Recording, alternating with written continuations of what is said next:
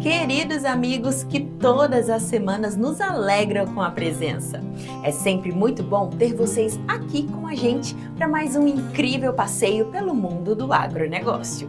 E se prepare, porque tem muita coisa boa para ver. Confira só.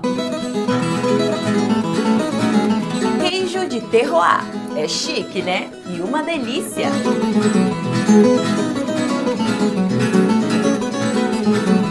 Uma escola que ensina a plantar no campo e em casa.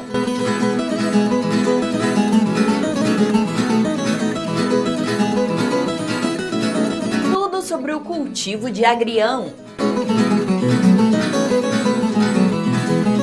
Começa agora o programa Revista Rural, a sua revista eletrônica do agronegócio.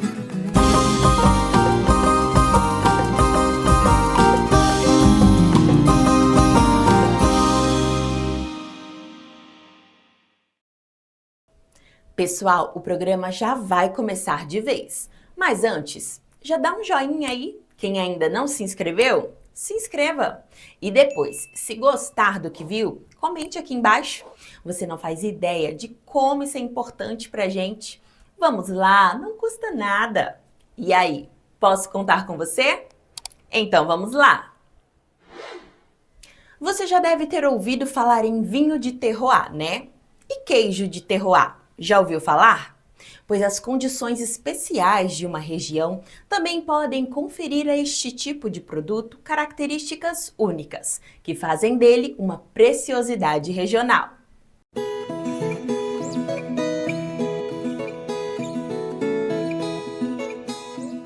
Não é todo dia que nós encontramos produtores que desenvolveram a sua própria genética. Vanessa, vocês desenvolveram aqui o Jersey? Nós já trabalhávamos, os proprietários da fazenda já são produtores do agronegócio já há muito tempo, e inclusive da pecuária, já trabalhavam com a genética, foram fundadores da Central Bela Vista, e eles já detinham a genética do gado Gir, puro de origem importado. Eles sabiam dos diferenciais dessa raça e da qualidade do leite, e a partir do Gir, eles resolveram produzir um produto diferente com o objetivo inicial de que esse produto, esse queijo, alavancasse ainda mais a venda da genética. E o resultado ficou muito bom. Então, a partir disso, veio também a necessidade de criar um outro produto, que foi o Jersey. Hoje no Brasil é muito comum a cruza do Gir, de origem indiana zebuína, com uma raça europeia, o holandês, gerando aí o girolando.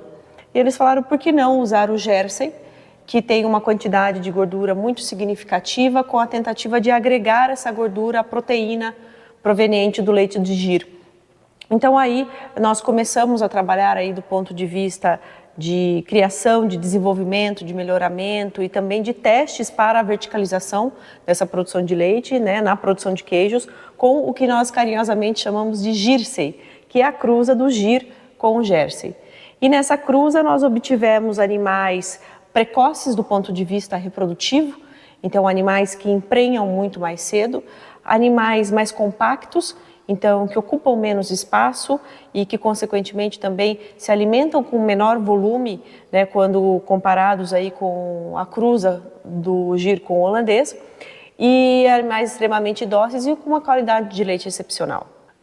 Você estava dizendo que não necessariamente só vocês têm o Jersey, mas vocês são os únicos que aplicam ele comercialmente. Dentro aí o nosso conhecimento, que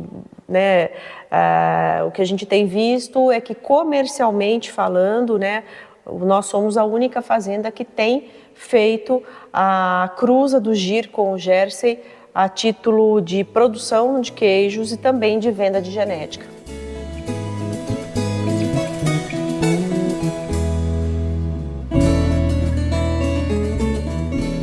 Para o sucesso de uma produção é fundamental investir em técnica e eficiência. E hoje nós vamos conhecer uma fazenda que melhorou o sabor do seu queijo através de uma genética melhor e técnicas mais eficientes. Nós temos um horário certo para começar, porque é o seguinte, nós temos um horário para começar a ordenha e depois que o pessoal às 7 da manhã, o pessoal do queijo, já entra a trabalhar, então esse horário eu tenho que estar com esse leite tirado para poder entregar para eles, que é a matéria-prima deles fazerem o queijo, entendeu? Então o meu negócio é ficar em cima da molecada para não deixar a molecada, senão a negada deita de braçada. E é um negócio que você não pode perder hora, entendeu? Então é em cima desse tipo de coisa que eu tenho que ficar em cima. E você falou de limpeza, quais são as principais preocupações com a parte da limpeza mesmo? Em geral, parte de tubulação, tem tudo um produto que usa por dentro da tubulação. Tem por fora a parte de limpeza, tem a parte de ferragem, que 2 ou 3 vezes por semana é areado tudo, passado bombril, entendeu? Produto, é tudo essa parte de limpeza em geral. E depois tem a limpeza do teto do animal, que também tem que ser limpado. É feita uma pré-limpeza primeiro com água e depois vem de novo, enxuga os tetos desses animais, depois vem de novo com o pré-dip e daí limpa de novo, entendeu? É uma coisa que não pode ter nenhum tipo de contaminação. Quais são as preocupações com a nutrição do animal? O que vocês dão? Dão silagem aqui, não dão silagem? Como é que funciona aqui? Não damos silagem. O gado no verão, no verde, é só a pasto. E agora chega no tempo do inverno, agora eles são presos, não é bem um confinamento. É um semi-confinamento, o gado fica preso numa remanga que se chama, e trata ele só a feno. Ele come feno dia e noite. Uma parte de feno bruto fica nos rolão para o gado ir comendo e puxando, e uma boa parte fica moído no coxo para eles comerem. Nada de fermentado. Esse queijo que é fabricado aqui, que é produzido por nós aqui, é 100%, não consome nenhum tipo de fermentado. São 4 lotes de gado para entrar na ordenha. Primeiro entra os gados cruzados, que são os 2 lotes que depois nós vamos olhar mais tarde. Então entra um primeiro lote, e esse lote é o seguinte, é um tipo de uma escala. Então sai um lote que varia entre 25 e 30 animais por lote, e entra um lote, quando acabar de tirar o leite desse lote, entra o segundo lote, e eu já pego esse primeiro lote e já levo esse lote embora, para poder comer e para poder ficar, que não é muito bom, porque tudo você tem um termo do bom-estar animal, não fica muito tempo ali parado, ali, entendeu? Então acabou de tirar leite, eu já levo para o pátio para eles virem para comer. No cruzamento entre as duas raças, aspectos positivos de ambas as genéticas acabam sendo evidenciados. Um deles é a facilidade na hora da ordenha, pois o Jersey não precisa do bezerro no teto para que a lactação aconteça. E por que o bezerro tem que estar mamando nesse momento, no momento da ordenha? As vacas G têm uma dependência muito grande do bezerro, então ela precisa do bezerro para ter estimulação para descer o leite dela. Daí cada vaca tem seu bezerro ao pé certinho. O gado giro em si, ele tem que ter o estímulo do bezerro para ela descer o leite, entendeu? O outro gado eu consigo, logo que pare, eu tiro os bezerros das vacas, e as vacas dão 100% leite sem o bezerro ao pé. O que acontece se você tirar o leite, o gado delas, quando for tirar o leite, elas... Tirar os bezerros delas. Elas não vão descer o leite, elas vão esconder o leite. O leite simplesmente não sai? Não sai, ela não vai. O processo de ocitocina não vai ocorrer, entendeu? Daí ela não vai descer esse leite. Ela só vai descer esse leite a hora que ocorre esse processo de ocitocina, que é a hora que o bezerro está estimulando, chupando os peitos dela, os tetos dela. Na verdade, ela só se encontra o bezerro na hora da ordenha. São 2 ordenhas, de manhã e à tarde. Então esses bezerros, eles ficam presos separados dela. Chega de manhã, a hora que ela entra lá dentro, é posto uma ração seca para ela, uma matéria seca para ela, um material seco, uma ração. E daí coloca os bezerros ao pé para mamar. Depois ela acabou de tirar esse leite, separa. Se você tirar o bezerro dela, ela não vai descer esse leite, e automaticamente dali, sei lá, 15 ou 20 dias, esse leite dela vai secar, ela vai acabar. Automaticamente eu vou ter que tirar esse animal da ordenha e soltar campo de novo. E voltar todo o processo de emprenhar ela, para depois ela voltar de novo na ordenha. Esse processo de desmamar e emprenhar, quanto tempo dura? Depende muito do animal. É de animal para animal, não é uma coisa que seria padrão, entendeu? Então, geralmente, um animal, um bezerro de uma vaca, você tira ele aí com 8 meses, 9 meses, mas depende muito. Se essa vaca, se o bezerro dela tiver aí com 8, 9 meses, mas ela já está aí com 5, 6 meses de gestação, daí eu sou obrigado já a secar ela, porque eu acho que entre 60 e 90 dias antes dela parir, ela tem que ter um descanso para ela poder estruturar a estrutura corporal dela.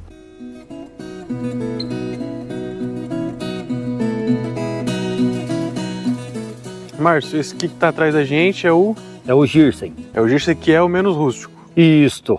Esse aí é o gado mais adaptado, entendeu? Esse é um gado mais, como ele tem meio sangue europeu, então ele já é um gado mais adaptado ao manejo, a um gado mais que você pode, você pode manipular ele melhor do que um outro gado, entendeu? Do que o gir lá embaixo, lá, entendeu? Então ele é mais fácil de tocar e tudo. Isso, não, para tudo. O gir também é. Mas ele é um gado mais fácil de ser manipulado, você pode tirar o bezerro, você pode, entendeu? Pode fazer vários processos com eles, que eles não vão reagir, que nem eu falo, com uma negatividade, entendeu? Sim. Fica mais fácil de você mexer com eles. Eles também acabam dando um pouquinho mais de trabalho na parte de doença, alguma coisa assim? Não, é sossegado. Certo. Eu falo a verdade, nós temos poucos problemas aqui com doença desses animais.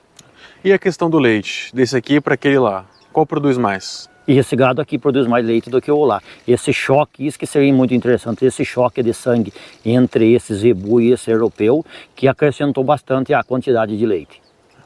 E ao contrário daquele lá, esse aqui não precisa estar com bezerro no pé para dar leite? Não precisa, esse aí não precisa, essa aí ela acaba de parir, até nós damos, porque é o seguinte, que se eu punhasse um bezerro, o dela, no pé dela, esse bezerro, você ia mamar um teto, eu ia ordenhar 3 tetos dela e largar um teto para o bezerro.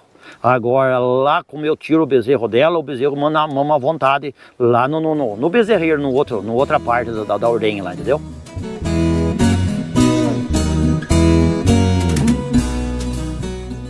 Fazer um bom queijo não é suficiente. O objetivo é fazer um queijo único. Para isso são necessárias receitas próprias e uma queijaria na palma da mão. Dá muito trabalho produzir esse leite todo, esse queijo todo? Dá bastante trabalho. Dá bastante trabalho. Porque é um trabalho que a gente brinca aqui que é um trabalho de formiguinha, né? A gente trabalha somente com leite cru, então a gente utiliza o leite conforme ele sai do teto do animal. Então isso reflete lá do rebanho. Então a sanidade do rebanho, como é que tá, se o animal bebeu água, se ele comeu, se teve pasto, tudo isso influencia na qualidade do leite, né? Isso a gente só está falando de pasto. Chega na ordenha, tem a questão do controle do pessoal que fazem lá embaixo, então limpeza dos tetos, limpeza da ordenha, né? Como que tá a sanidade desses tetos, desses animais, se não está cometido com mastite ou não. Explica pra gente o que acontece nessa parte aqui da fazenda. Tá, então aqui é a área produtiva, então o leite ele vem para produção, somente se o laboratório liberar esse leite, tá? Ele vem e cada tipo de leite a gente utiliza num tipo de produção, tá? Hoje a gente trabalha com 2 raças, a gente trabalha com o Gir e Girsem, tá? O leite da Gir é exclusivamente do queijo Cuesta, que a gente vai ver a produção dele hoje. E o leite da Girsem a gente faz os outros demais queijos, que são Questinha, Mandala, Cuesta Azul e o azul de pardinho, tá? O leite ele é bombeado aqui para o laticínio, ele cai dentro dos tanques de expansão, dos tachos de fabricação nossos, eles são aquecidos, tá? A gente aquece ele para a gente ativar tanto os micro-organismos naturais que é presente do leite, que aqui a gente só trabalha com leite cru, então a gente ativa essa microbiota natural e também a gente acaba adicionando fermentos industrializados para a gente ter também aroma, textura, sabor. A hora que ele chega num pH específico nosso, a gente faz um processo de coagulação, a gente adicionando o coalho no leite, nisso ele vai formar um flan, tá? E nesse flan a gente vai fazer um processo de corte. Tá? Dependendo do queijo, cada queijo tem o seu tipo de corte, então tem uns queijos que são uns grãos maiores, uns grãos menores. Hoje, no nosso caso, que a gente está fazendo Cuesta, então você vai ver que é um grão um pouco intermediário, tá? Então a gente faz o processo de corte, dependendo do queijo a gente faz um leve aquecimento dele, para a gente conseguir fazer um processo de prensagem e depois finaliza o processo de fabricação dentro do tanque, a gente vai e desce com a mangueira acoplada no tanque, no tacho, e desce para a mesa de enformagem. Na mesa de enformagem, o soro vai ficar embaixo da mesa de enformagem nossa, a massa vai ficar em cima dentro das formas, tá? E ali a gente consegue moldurar os queijos.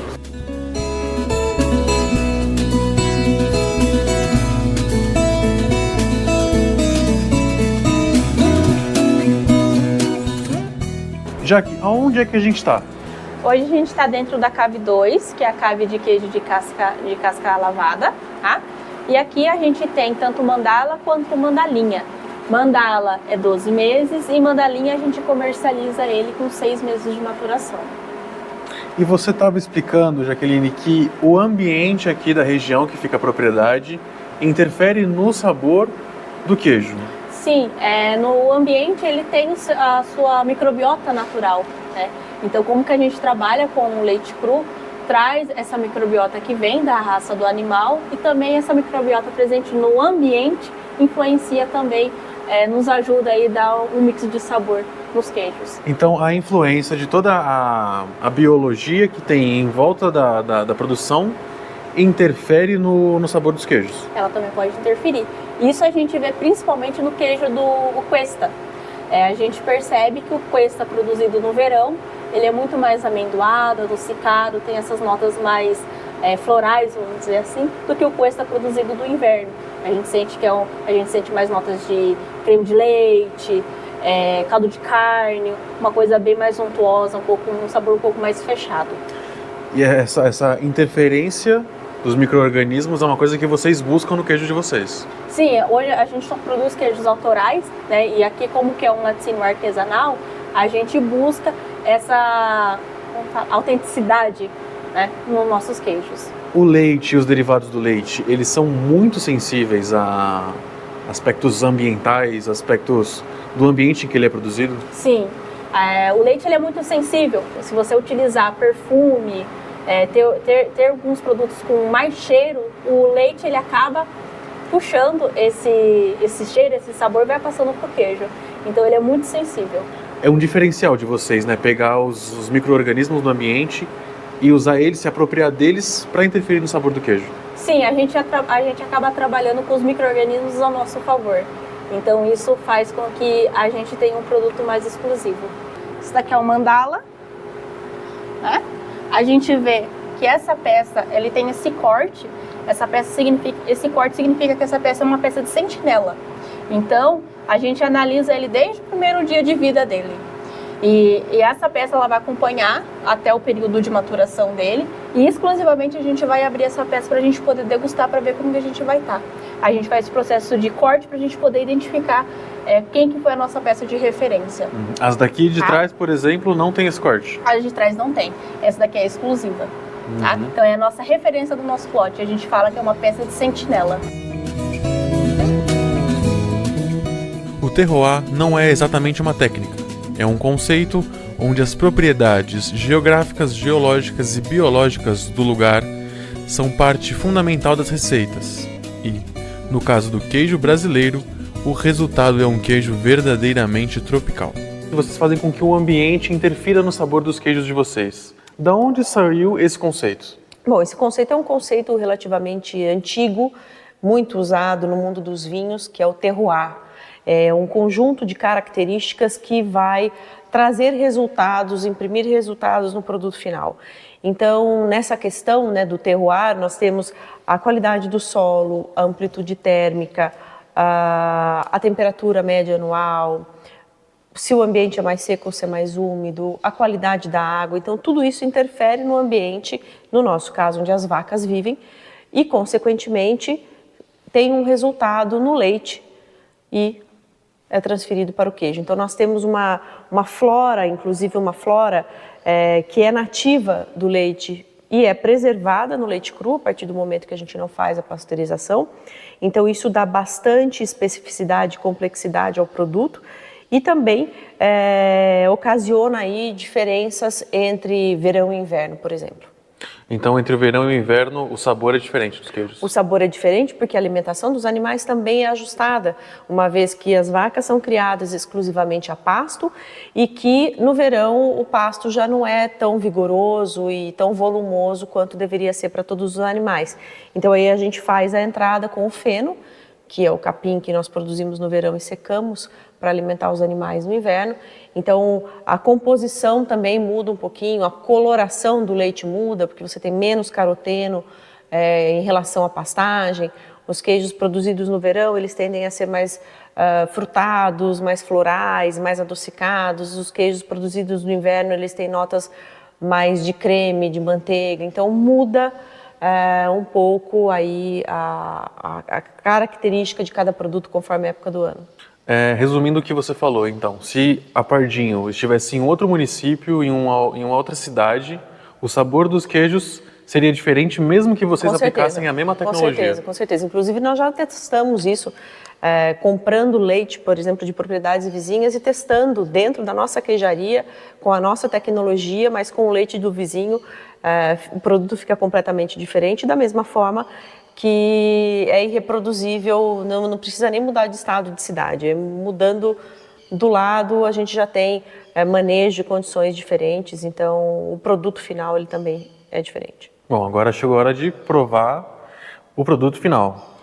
Qual é o do Jersey e qual não é? Aqui nós temos o Questinha, tá? A gente vai ver uma diferença aí não só da raça, mas também do formato e do tempo de maturação, que são consequências. Aqui no Questinha nós temos a produção feita com o leite de Jersey, então a cruza do Gir com o Jersey. Ele é um queijo em torno aí de 500 gramas cada peça, uma maturação de 2 meses de idade. E ele é um queijo mais lático, mais fresco, então para quem não está acostumado ainda com essa questão do sabor e da degustação, ele é um queijo que tem notas assim mais de iogurte, mais frescas, uma acidez mais pronunciada, mais agradável, tem um leve adocicado no final. E aí por conta do tempo de maturação, a casca dele é mofada, como a do Questa, mas por conta do tempo de maturação, a casca ela tem notas mais leves, então remete aí a um fungo, a um cheiro de terra molhada, mas é uma coisa mais leve por conta do período de maturação. E aí quando a gente passa para o Questa, nós temos peças maiores, em torno de 2 quilos, uma maturação de 8 meses de idade, então são 4 vezes mais que o Questinha. Esse tempo de descanso, a gente fala que o tempo é um dos nossos principais ingredientes, ele que auxilia aí todo esse processo de afinagem, de maturação e de desenvolvimento de aromas, texturas, sabores, etc. Então a gente tem um produto completamente diferente, além da questão, obviamente, do leite de Gir, que é muito específico. Então a gente tem propriedades que são muito características do Gir, é um produto bastante complexo, então a gente tem notas aqui amendoadas, frutadas, florais, já uma casca mais intensa, né, com notas de madeira, inclusive por conta do período de maturação.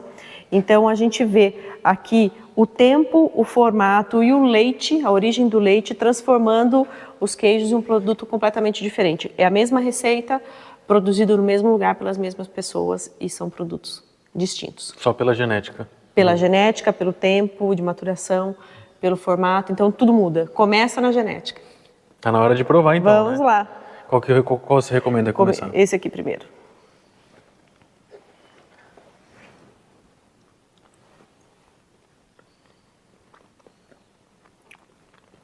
Delicioso. Muito bom. Você sente uma acidez bem gostosa, bem agradável, né, que faz a gente salivar. Uhum. Uma textura bem fundente, né, então a hora que você coloca na boca, ele vai derretendo.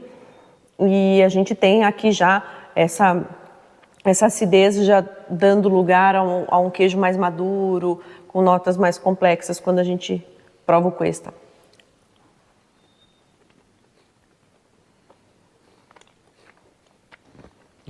Não parece o mesmo queijo. Não parece o mesmo queijo. Não é o mesmo queijo. Definitivamente não é. Nossa, delicioso os dois.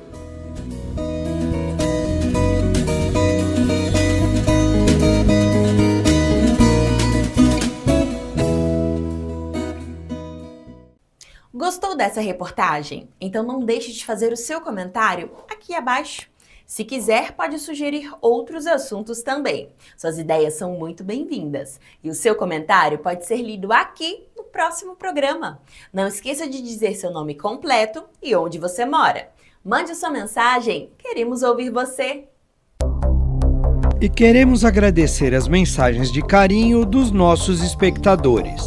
Wilson Luiz Estafussa, José Leonir Polis, Jaguar Viana, Antônio Costa, Eliseu Vieira, José Fábio Carvalho, Neidilva Costa, o Wilson Moreira, Ronaldo Simões, Pedro Borges e Eliseu Pereira dos Santos.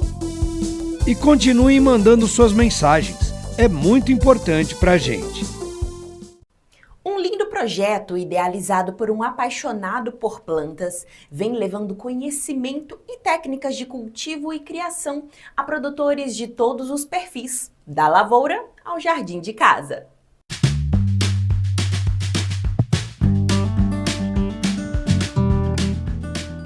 A essência de toda escola é a troca de conhecimentos. E aqui no projeto Plantar em Casa não é diferente. Os ensinamentos começam desde fruticultura até a criação de abelhas. Tudo começou há 10 anos através de vídeos produzidos para o YouTube. E nos últimos 4 anos, o hobby do Carlos, também conhecido como Toquinho, vem se desenvolvendo de forma presencial. Explica pra gente quando e como surgiu esse projeto do Plantar em Casa. Na verdade, o projeto começou assim, a gente começou através do Sérgio Semeio de Jean. Então eu tinha uma parreira em casa, essa parreira começou a ficar doente e eu fiquei super preocupado, cheio de cachos de uva e doentes. Aí foi onde eu encontrei ele que dava aula, fui todo duvidoso se aquilo era verdade ou mentira. E aí, chegando lá, ele fez uma aula pra gente, saí de lá maravilhado mesmo. E convidei ele para vir fazer as aulas em casa. Convidei sem pensar assim, achei que ele não viria. Pois ele ficou 1 ano, todo mês vinha, dava essa aula. Daí despertou essa coisa de ter um projeto.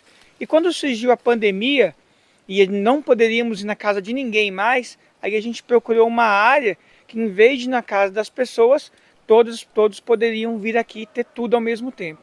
O projeto não começou nesse espaço grande, né? Não, o projeto começou na minha casa, em Jandira, 250 metros, né, com uva, goiaba, citros, mas ele ficou muito pequeno, não dava para receber pessoas, minha esposa ficava maluca com a sujeira de casa, e aí a gente procurou uma área grande, acabou encontrando essa perto de casa também, dá para a gente ir e voltar facilmente, a ideia é morar, né, um dia, mas é um projeto que acaba agregando tudo, tanto mata nativa como a parte de fruticultura. O projeto tem apoio de pesquisadores, mas conta principalmente com parceiros voluntários que transferem suas vivências. E atualmente reúne cerca de 30 alunos por aula. Tudo aqui é voluntário, mas como vocês fazem para poder manter os custos? Aqui a construção vem do próprio YouTube Plantar em Casa. Então assim, não é lá essas coisas, mas é o que ajuda. Muitas pessoas também fazem doação, contribuem, e essas contribuições é o que a gente vai mantendo. Estamos ainda muito no vermelho, meu serviço acaba meio que bancando. Mas assim, a alegria que a gente ganha com isso, desde você ver essas pessoas que vieram pela primeira vez, a gente receber aqui, sabe, essa alegria. E vou fazer um comentário, essas mesmas pessoas, se a gente está passando perto da cidade deles, eles já ficam bronqueados se a gente não ir lá dormir e ficar. Então isso não tem preço, na verdade. E quais são os próximos projetos para o Plantar em Casa? A ideia aqui sempre é aumentar, então a gente quer deixar o mais organizado possível e ter uma frequência de aulas. Atualmente é uma coisa muito assim esporádica, olha, eu trabalho com casamentos ao final de semana, então esse domingo está livre, dá para chamar alguém? É assim que está funcionando. O sonho era ter um calendário já organizado mesmo, olha, todo domingo, toda quarta, isso que era o sonho, a meta da gente ter isso. E a gente tem a cabana, tem o chalé, o pessoal já vem e fica às vezes curso de 2, 3 dias.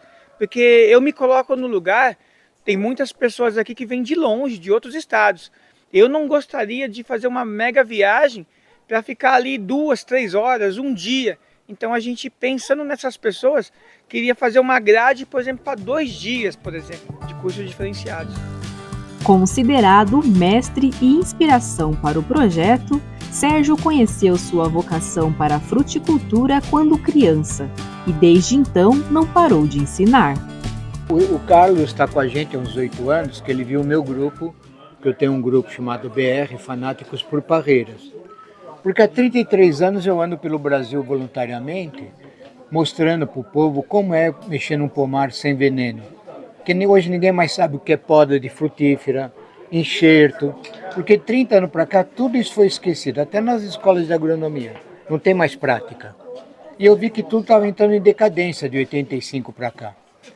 Aí eu comecei a fazer meu trabalho, dia 10 de maio de 91, esse meu trabalho educativo pelo Brasil. Então é um trabalho meu desde criança, eu tenho essa natureza. Fui muito treinado pelos antigos e deu uma grande repercussão 10 anos para cá esse meu trabalho, que eu comecei 33 anos pelo Brasil. Formando gente nova, o básico, produzir um pouco de fruta no teu quintal, verdura no vaso da tua casa, cheiro verde, voltar a plantar no terreno abandonado do teu avô, emergência de alimento no mundo. Minha linha é essa.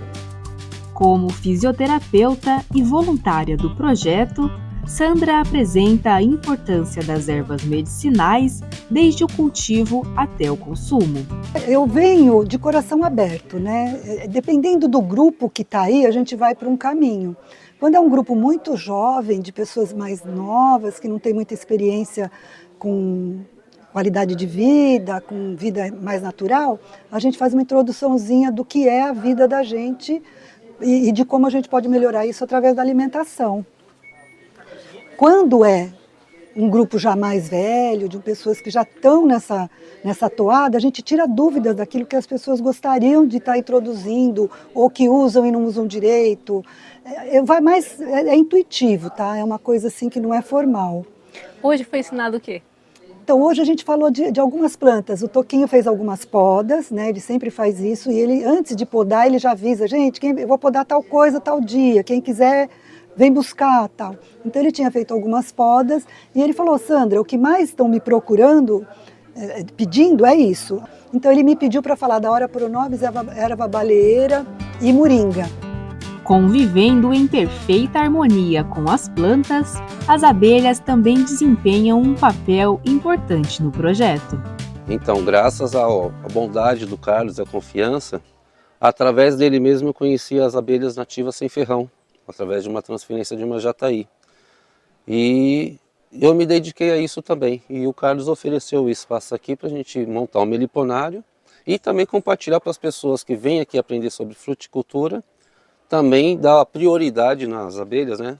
Não só as nativas, mas também as africanizadas, que dependemos dela da polinização das frutas, né? De modo geral, quem participa das suas aulas tem qual objetivo? O trabalho meu aqui hoje é passar para eles a importância da meliponicultura. E também dando sorte, investindo um pouquinho mais, de repente, daqui para frente pode até produzir e ter algum retorno, né? Cheias de encantos, formas e cores, as orquídeas chamam a atenção de colecionadores e de possíveis produtores.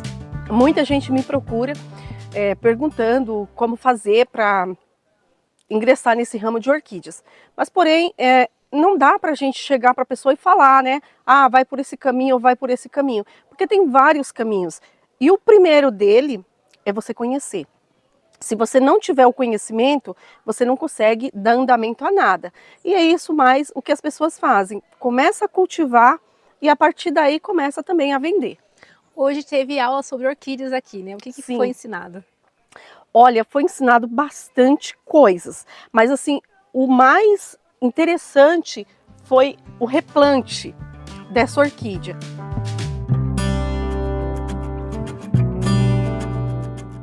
Para resumir, o que significa para você esse projeto? O que te motiva a continuar? Porque fácil não é, tem suas dificuldades. Sim, é muito complicado. Para falar a verdade, é complicado. Não existe mão de obra para nada. É a gente que faz aqui nos dias livres do serviço. Mas assim, o que motiva é o pessoal que está aqui. É você ver a união dessas pessoas, você vê o sorriso, a alegria, você vê a satisfação quando eu tiro uma poda de uma uva aqui que para mim eu vou jogar fora e dou para a pessoa. E saber que aquele galinho que eu dei, que para mim não valeria muito, daqui 2 anos ele me manda uma foto carregado de uva.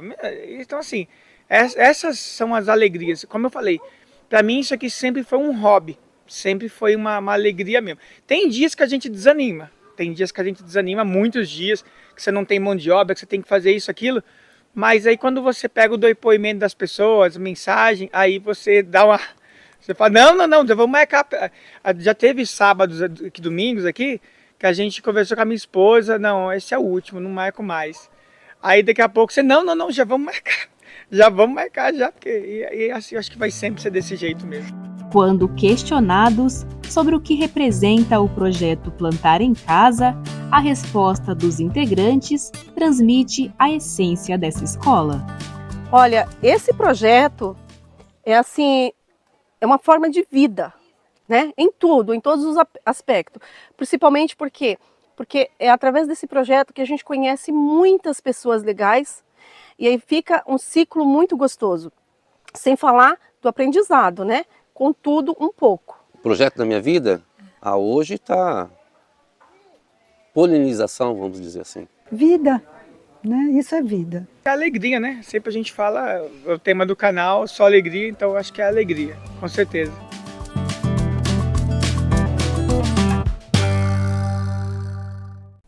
E quem estiver interessado em participar das aulas é bem fácil. Basta falar com o pessoal do Plantar em Casa, através dos contatos que estão na tela. Não perca tempo e anote aí.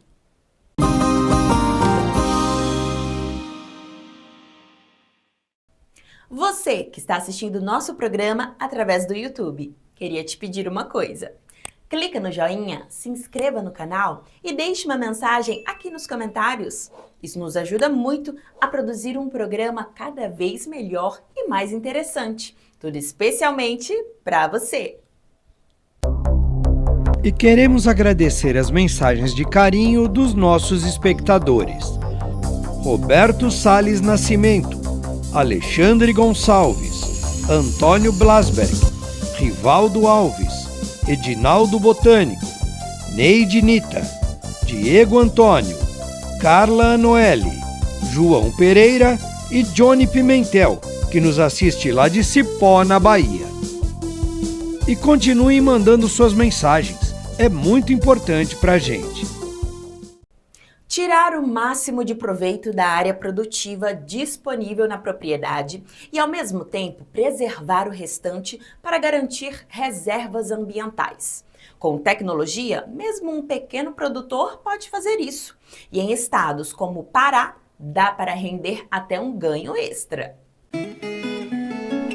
O programa Territórios Sustentáveis, criado pelo governo do estado do Pará e que conta com o apoio técnico da Embrapa, vem incentivando os pequenos produtores a otimizarem a sua área produtiva e, ao mesmo tempo, preservarem áreas nativas da propriedade. Alguns produtores vêm obtendo tanto sucesso que já se transformaram em unidades de referência. A área aqui é 7,2 hectares e a gente começou aqui na agricultura primeiro, né? Plantio de cacau, aí depois nós passamos a mexer com leite. Ao desistir do leite, hoje nós estamos mexendo com engorda. Então hoje a renda hoje é só cacau e engorda mesmo. Eu estou aqui já há 37 anos, 36 mais ou menos. A gente viu que a capacidade de lotação foi só diminuindo. Aqui tinha um suporte mais ou menos de 10 a 15 animais por alqueire. E hoje já está em média de 5 animais por alqueire só. E aí por isso que a gente começou a mexer com rotacionado e adubação de pastagem, para aumentar essa lotação. Hoje nós estamos com a lotação aqui de aproximadamente 15 a 16 animais por alqueire. Que estava quase degradado, a gente passou a adubar ele voltou todinho, não precisou reformar. E sem contar o aumento de ganho de peso também dos animais, eles ganham mais peso do que se fosse num pasto sem adubação. Eu trabalho aqui ajudando o meu pai, né, a intensificar nas pastagens. E é um trabalho muito gratificante, porque a gente aumenta a produção, aumenta a lucratividade. É uma coisa que a intensificação a gente tem que fazer para ter uma produção mais eficiente, né? Para o sucesso do projeto, a orientação dos técnicos da Embrapa tem se mostrado fundamental. O pasto a gente entende que é uma cultura perene, que deve permanecer na área por muitos e muitos anos, desde que ele seja cultivado como uma lavoura. Então a gente faz aqui práticas de amostragem de solo, depois a gente faz a análise desse solo, verifica a questão de fertilidade e faz as fertilizações que são necessárias para recuperar, né, os nutrientes do solo para que a pastagem fique produtiva. Então essa é a prática principal de manejo de pastagem, ou adubação de pastagem, Depois a gente vem com a prática de divisão, né, em piquetes, para que favoreça aí a colheita da pastagem na melhor hora, no melhor momento para o gado. Dessa forma a gente consegue colocar mais animais por área, aumenta a produtividade porque o animal colhe um alimento de melhor qualidade. No programa Implantado, os ganhos financeiros vão além do que se produz dentro da porteira. Nós temos o imenso prazer de ter o seu Osvaldo como um beneficiário do nosso projeto piloto de pagamento por serviços ambientais, que faz parte da construção do programa estadual. O seu Osvaldo, ele passa a receber hoje um valor para ele continuar recuperando as áreas de preservação permanente que ele tem na área, né, um incentivo que o governo do estado dá, e também ele recebe pela manutenção da área de floresta em pé que ele tem aqui na propriedade. E a gente tem feito esse trabalho de apresentar esse produtor que é referência para outros produtores, para que eles tenham acesso às mesmas tecnologias e que eles possam também implementar áreas de tecnificação e transformação da propriedade rural por meio da tecnologia de recuperação e manejo de pastagem. A gente primeiro tem que buscar o conhecimento, né? Você tendo conhecimento e ter coragem de botar em prática. O produtor rural ele é fundamental, né, para a sociedade. Então a gente tem que produzir, tem que incentivar os jovens de hoje a ficarem na roça e produzir de uma forma mais eficiente, né?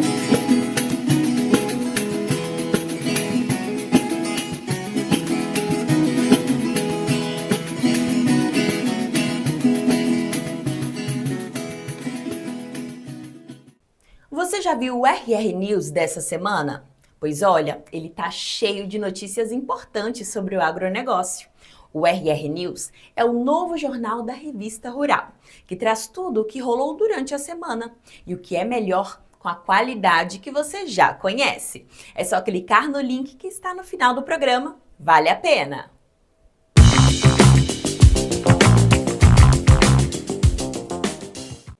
Em 5 anos, o preço das terras agrícolas no Brasil mais que dobrou, somando 108% de crescimento entre 2018 e 2023. Os números são de um relatório da Scott Consultoria. A alta das commodities agrícolas nos últimos anos, a valorização do boi gordo, do milho e da soja estão entre os fatores que contribuíram para incentivar a compra de terras.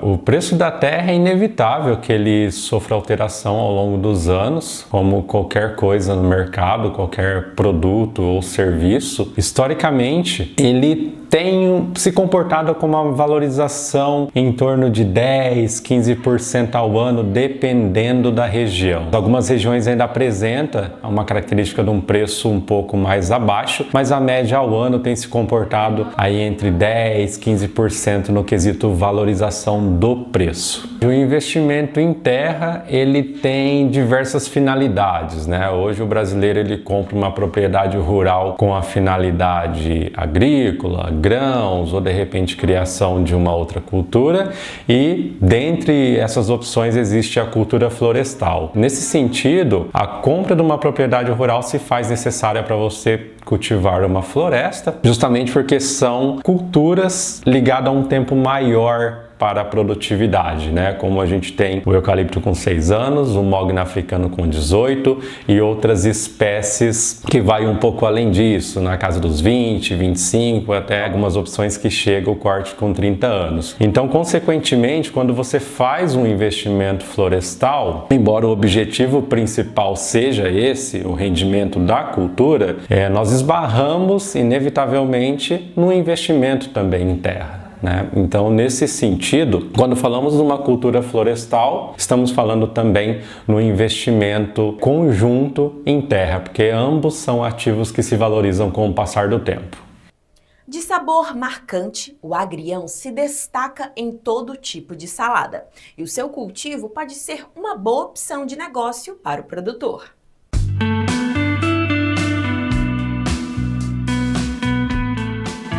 De picâncias diferentes, características também diferentes. Cada agrião tem o seu nome e o seu jeito específico de ser criado. Nós temos aqui, né, Jefferson, o agrião do seco e o agrião da água. quais são as diferenças, né? Qual que é essa diferença, principalmente da picância entre as duas variedades, entre os dois tipos? Então, hoje a linha Top Seed Premium, ela trabalha com 2 tipos de agriões aqui. O agrião H100, que é um agrião do seco, onde 90% desse material é trabalhado em hidroponia e é mais vendido em regiões onde possui um paladar mais picante, devido à picância dele, ele ser mais forte nessa ardência.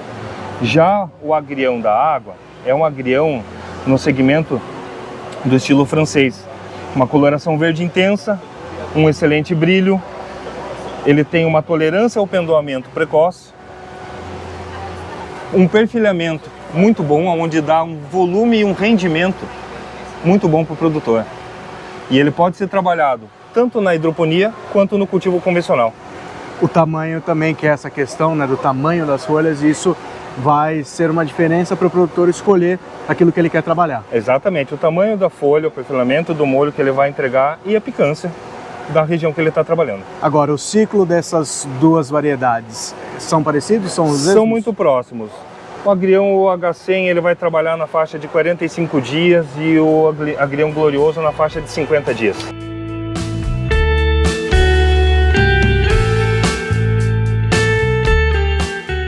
O produtor hoje no Brasil, ele investe bastante nessas culturas dentro de uma estufa?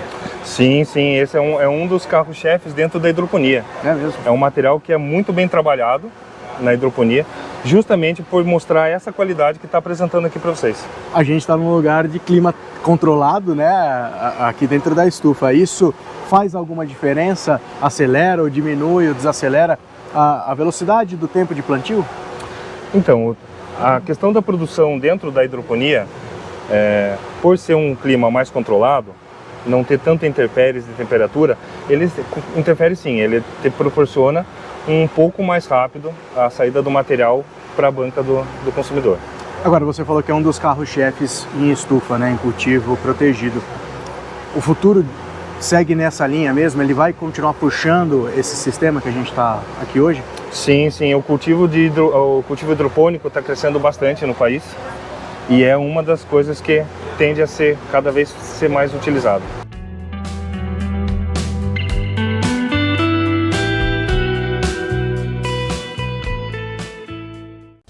E a gente se despede aqui de todos vocês. Não esqueça de se inscrever no canal e clicar no sininho para ficar por dentro de tudo. E marca na sua agenda, semana que vem quero te ver de novo, tá? Um grande abraço e até lá!